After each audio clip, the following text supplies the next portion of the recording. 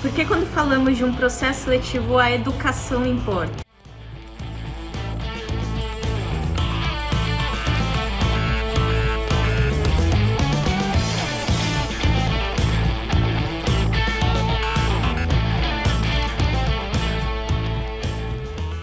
Dois grandes fatores, tá?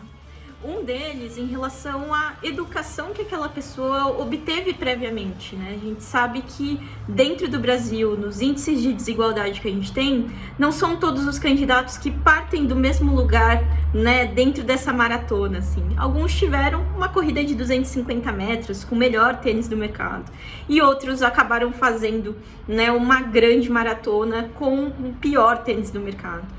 Então, quando a gente fala de diversidade e inclusão, é super importante que a gente possa olhar não só a prontidão dos candidatos, né? O que eles têm hoje, né? O que eles sabem já hoje, quão prontos eles já estão, mas sim a gente falar sobre o potencial do delta das pessoas, da onde elas partiram, para onde elas vão.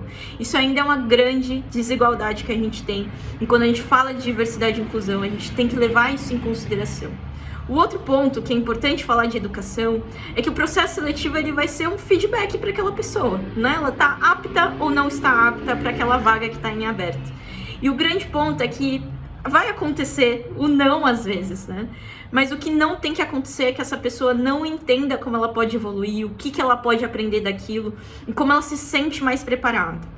Então, olhando para essas duas grandes coisas, né? Então, como a gente pensa a educação no nível macro no Brasil e como a gente está olhando a educação no nível micro, no contato de cada candidato, a Eureka começou a se questionar sobre como que ela podia transformar, né, esses grandes processos de massa que a gente tem hoje, de estágio, de trainee.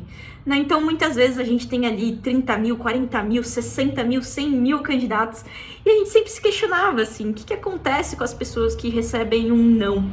De alguma forma elas conseguem entender como elas podem progredir, né? E com isso a gente cria educação em seleção. Tem sido, né? Não posso falar que acabou, todo mês acontece uma sequência de feedbacks que a gente recebe, de entrevistas que a gente realiza, de pesquisas de mercado, pesquisa com os candidatos, com também, né, os nossos clientes, para entender o que é de fato esse processo inovador que a gente sempre fala, né? E para a gente a inovação está em de fato ajudar essas pessoas a progredirem como candidatos, é o que faz mais sentido para elas como candidatas dentro de um grande processo. Então, com isso, né, a gente começa a olhar, né, muito mais forte essa seleção que olha da onde as pessoas vieram, né, de como a gente integra essa diversidade e também como que a jornada ela pode gerar mais valor para todos os candidatos. Então, com isso, a gente reduz a quantidade de testes, né? A gente vê que muitos dos testes já têm gabaritos na internet, né? Pouco estavam agregando na jornada daquele candidato.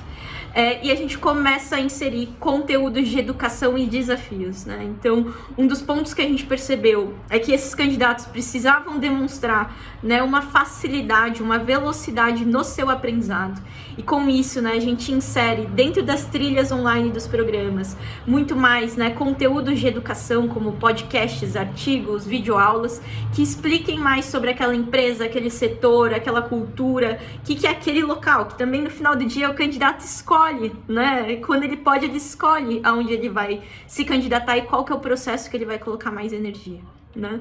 Então essa foi uma forma, né, de potencializar algumas coisas que ele não via na faculdade e também trazer pontos, né, de desafios que sejam correlacionados com o dia a dia que ele vai ter caso seja aprovado, né? Então a gente sabe que um trainee de loja é totalmente diferente de um trainee de indústria, totalmente diferente do trainee corporativo.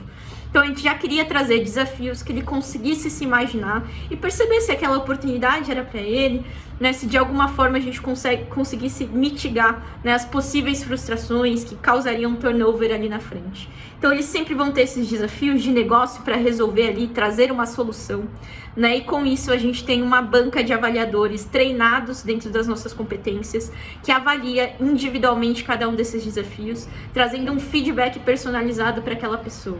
Então, muito mais do sim ou não, a gente quer de alguma forma que essa pessoa compreenda, né, o porquê que passou e o que não passou. e todos os não aprovados hoje têm acesso gratuito à Semove, uma parceira nossa, que trabalha, né, com esse mundo da empregabilidade.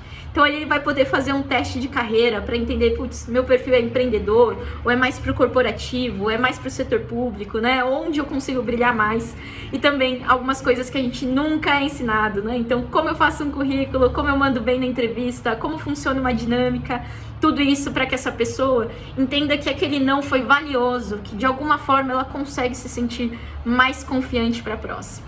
E o outro ponto que para a gente é crucial é também compreender, né, as diversidades ao longo do processo. Então, por mais que hoje o nosso processo seja oculto, né, eu não sei nominalmente quem é aquela pessoa, ele não é um processo isento dos resultados, né? Então a gente sempre vai ter ali, né, a autodeclaração de diversidade das pessoas, para entender como é que a gente está nos inscritos, como é que a gente está em cada fase. Existe uma fase que às vezes tem algum grupo de diversidade caindo, como a gente consegue, né, adaptá-la sem perder ali a qualidade da avaliação, né, mas incluir essas pessoas. A gente sabe que a jornada de diversidade é uma jornada de longo prazo, né? Então sempre vai ter alguma coisa que a gente pode evoluir dentro dela, né? Então hoje os nossos consultores têm isso muito como cerne, né, de mostrar, sinalizar ali para o RH o que pode ser diferente, qual que é uma pessoa que não estava sendo considerada, porque ainda não era um perfil que existia na organização.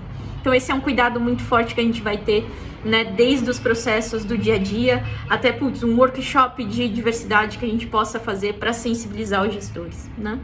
E aí também, eu acho que é muito da essência da Eureka a humanização, né? Isso é nosso crivo desde entender cultura, né? Quem é o time que a gente quer que componha a Eureka, mas muito ali, né, desde o atendimento que essas pessoas podem ter em todas as nossas mídias sociais, abrindo seus chamados, né, sendo devolvidas, respondidas, né, no SLA de 24 horas, até um cuidado muito grande nosso, né, de às vezes receber, né, mensagens de pessoas que estão ansiosas, que estão com medo, né, e de alguma forma a gente poder incentivá-las para que elas concluam a trilha, para que elas tentem de fato, assim, né.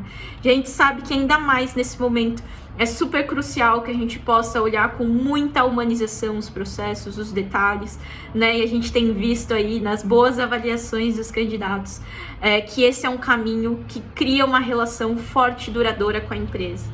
Então, um dos pontos que eu acredito, né, que é construir uma marca empregadora com responsabilidade, com consistência, é olhar cada ponto de contato. E o processo seletivo é um dos mais cruciais, ainda mais visto, né, todos os desafios e ansiedades que ele pode nos dar, né? Então, se de alguma forma, né, você entende que os processos da sua empresa, os processos do seu RH, o seu processo seletivo, pode olhar os candidatos como uma parte de uma comunidade, né, como um bem social que você pode gerar na vida daquelas pessoas e no capital humano brasileiro, né, essa é a forma com que a gente acredita também.